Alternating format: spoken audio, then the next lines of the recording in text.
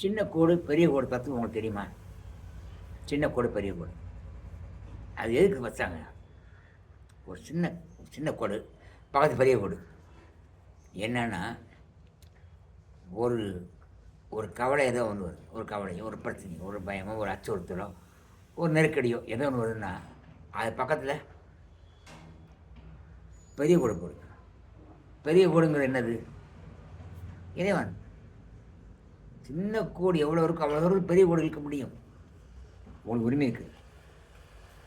சின்ன கோடு பக்கத்தில் பெரிய கோடு, இவ்வளோ பெரிய பிரச்சனை ஒரு கோடு, அவ்வளோதான்.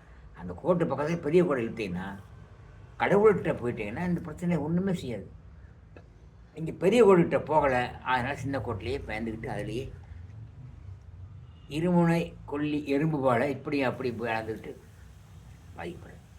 ஸோ எல்லாத்துக்கும் மேலானவன் இறைவன் இருக்கிறான். இறைவன் மேலானவன். அவன் இருக்கும் எதுக்கு கவலைப்படணும்? பிடிச்சிருந்தால் லைக் பண்ண, சப்ஸ்கிரைப் பண்ண, ஷேர் பண்ணு.